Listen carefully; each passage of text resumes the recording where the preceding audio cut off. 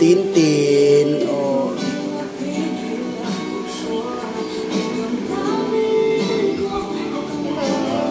Sige na.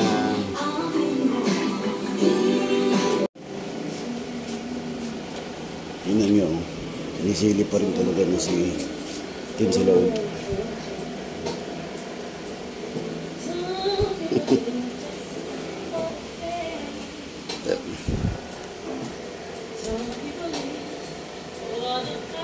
Nandito ako sa bandang Karanglan, Pasig. Ihahatid ko si Tim kay Sir. Ayun.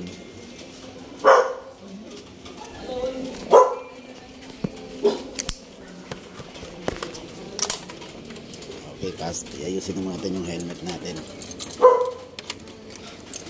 Ayun. Tanggalin natin yung ating. Ay, tuluyan na yung ating.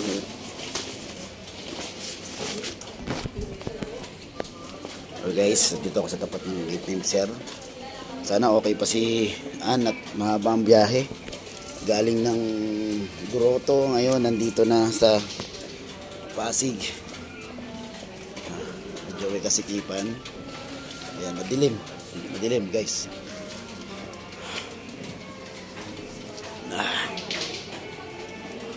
Hindi na ako nang kapag sabing pupunta ako dito, may aso. Ayan o. Ayan na si Sir.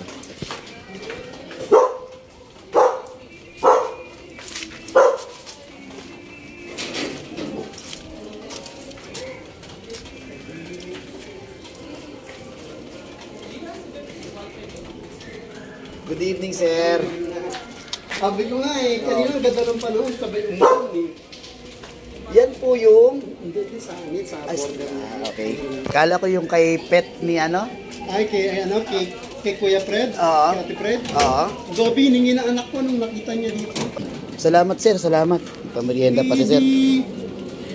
Apo. Nauna yung isa, parang babayo, kasi nga ilimate ko dito sa mga alaga ko.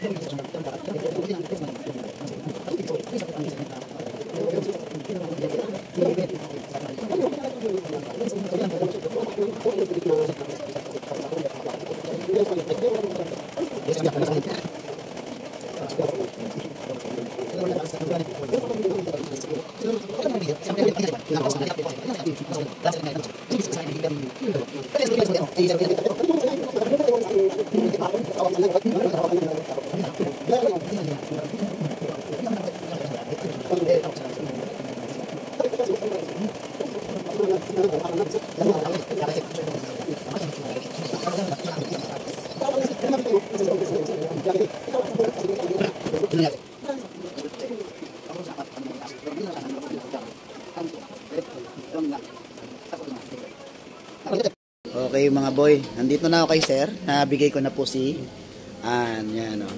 Yan na po si Ann. Bye-bye Ann. Ikaw na bahala sa kanya.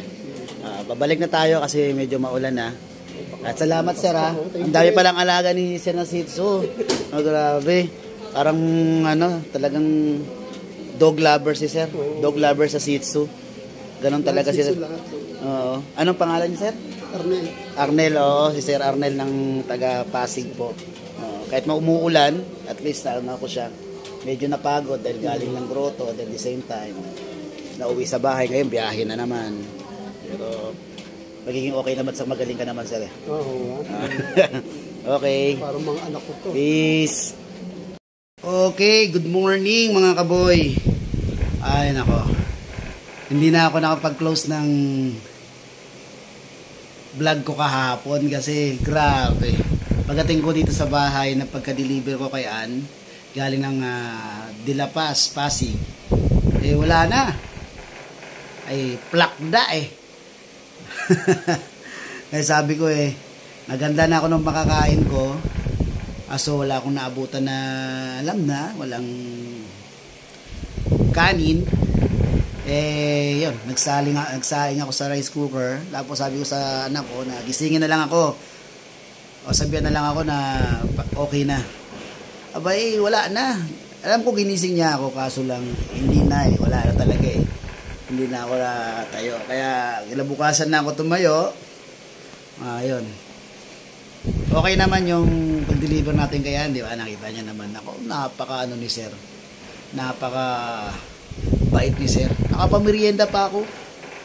At yung pinaka ko doon si sir pala may alagang maraming Shih Tzu. At regular na customer si sir ng mga magbibenta ng aso. No? Salamat kay sir. Kay Sir John Hill. Uy, yun ang ginagamit kong pangalan niya. Yun yung pangalan niya kasi sa Facebook. At ngayon, ito yan, si Jane. Yan. Si Jane ay kapatid ni Tin. Parang marerehome ko na rin siya ngayon. Hinihintay ko na lang yung confirmation. Nagkapasig din si sir. Hinihintay niya yung kanyang approval ng kanyang anak. Yan. Sana marehome na rin natin siya. Siyempre, alam natin na mas maaalagaan siya dun sa mga pupuntahan nila. Diba? Hintay ko lang yung confirmation kay sir. Para okay na tayo. Medyo talagang pagod kahapon kasi galing tayo ng alam na sa pet market dun sa Grotto San Jose del Monte. Tapos yun, pagkagaling doon, dumiretso naman ako para maihatid ko si Mrs. sa sakayan. After nun, dumiretso naman ako. At maulan, yun ang mahirap. Maulan kahapon, mga boy. Napakaulan. Pero ganoon talaga. Siyempre, umulan, umaraw, diretso tayo. Kagandahan nga yun, malamig. Na kahit mga alas 2 o alas 3 yata tayo ng hapon, okay lang dahil walang masyadong init.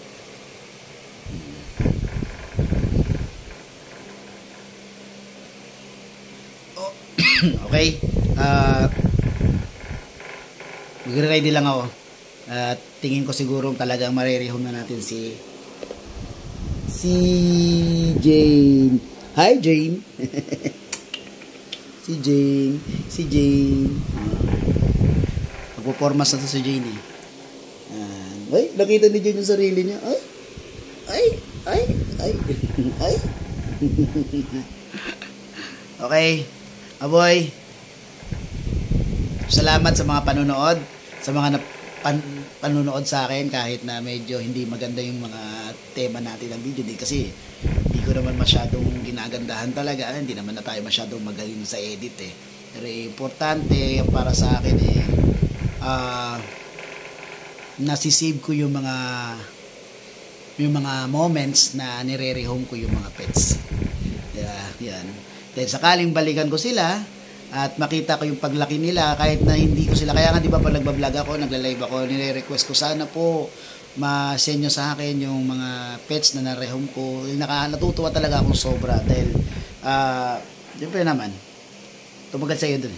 Tumagal din sa iyo yung mga pets na yun kaya medyo may part din sila sa puso mo. Di ba? Kaya gusto sila nakikita na malaki na sila, ang lilikot pa din or minsan mga parent na sila, so grabe. Diba? Ang galing na mga poor parent na na napupuntahan nila pag gano'n ang nangyayari. Okay?